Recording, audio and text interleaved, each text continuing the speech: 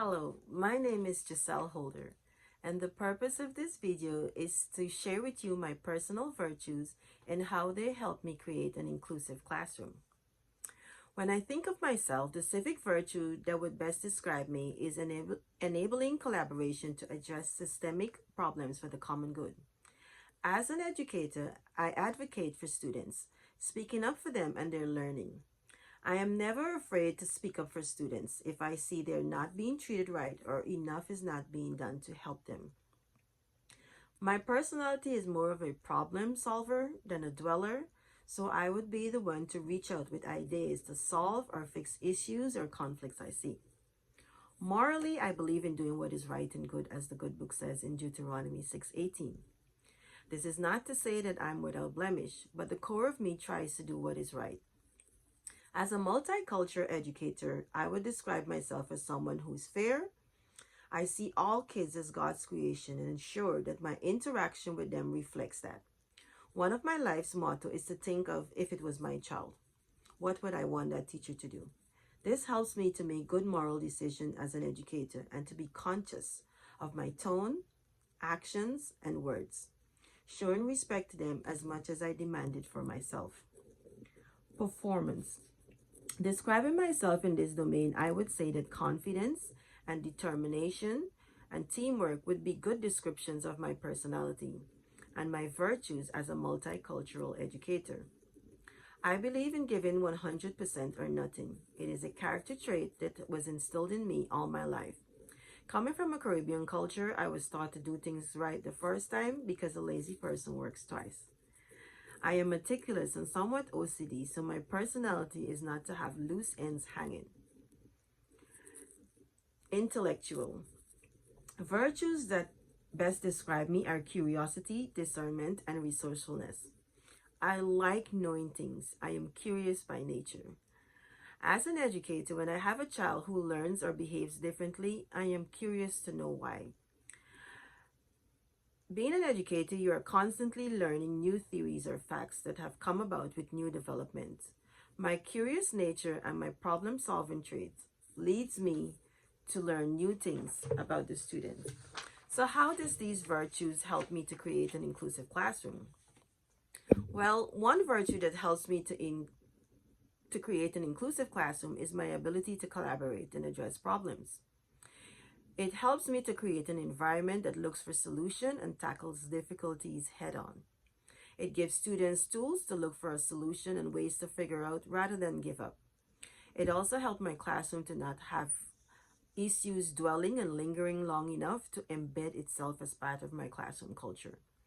Each student feels a sense of care and knows that they're being advocated for, and they have a sense of equality in this space.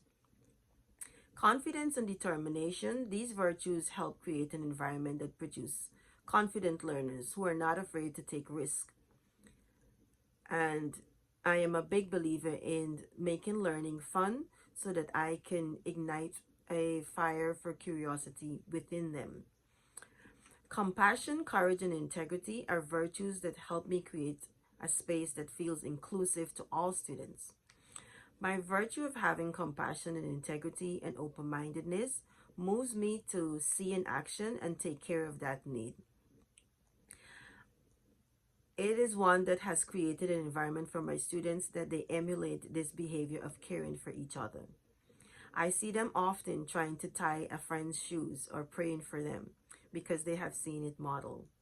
The culture of the classroom reflects respect for all, teacher to students relations and student to student relations. I say sorry to them if I did not see a hand raised or I had overlooked someone. This way they see that I am not perfect and I am not above apologizing.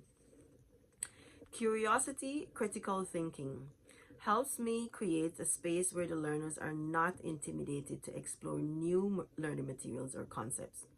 I encourage critical thinking, always engaging them with questions to get their thoughts going. In my classroom, this allows all students to participate and engage with the learning material and concept presented. Reflection allows them to see what they could have done differently and gives us good feedback for the classroom community. These virtues create a positive classroom ethos for all to flourish in. So what virtues are most critical to me as an educator and how they align with the concept Imago Dei and the inherent worth and dignity and potential of every student?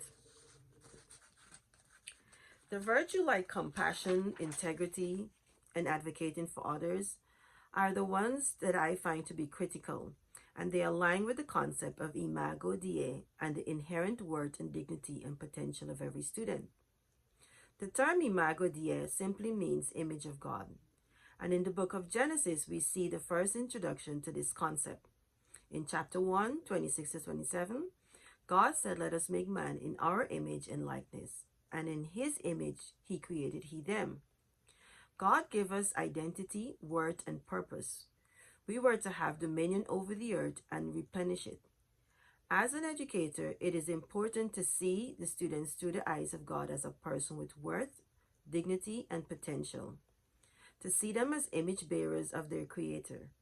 Having honesty and integrity is what I do in terms of performance, civic, and moral virtues that aligns with this concept of Imago Dei. Standing up for them if they are treated unkindly, shaping them to be resilient, instilling the spirit of boldness and not one of fear so they could advocate for themselves, helping the students to unlock their potential because I know we each have a reflection of God's creativeness in us. We were not only created in his image, but his likeness. Character formation means that I am continuing to work on myself to form good character traits that aligns with a multicultural educator. The virtues that are important to me shapes who I am and they govern my actions. It is important to me to have good standing character because I am responsible for shaping little minds and helping their character to grow. If mine is bad, how can I impart good traits upon them without my bad traits rubbing off on them? The values and beliefs held by educators shape their identity and influence not only their nature of the relationship with the students, but also the curriculum and teaching strategies, says Howie W.A. and Lizzie P.L. As persons, we are never fully developed into who we could be. We are constantly growing, evolving for the better of ourselves and those around us. Teachers are role models to students. They're the ones they interact most on a daily basis, and our influence on them is more than we sometimes think about. How we communicate with each other and what work approach we take, how we treat each other are all things that they learn from us. This means that I am intentional about being a better version of myself than the day before. Strategies that I will foster in my classroom would be to recognize and celebrate good behavior, focusing on the positive behavior only and not dwelling too much time on negative behavior. Implementing books that shares a message so that the kids can relate to, books like Howard B. Wigglebottom. Howard B. learns how to listen and obey and make good choices. Pig the Fibber. Pig learns a valuable lesson in speaking the truth. And setting ground rules that governs the classroom community, involving them in the process so that they feel like their input is being valuable. And also it serves as a binding verbal contract for rules that they made to govern the classroom.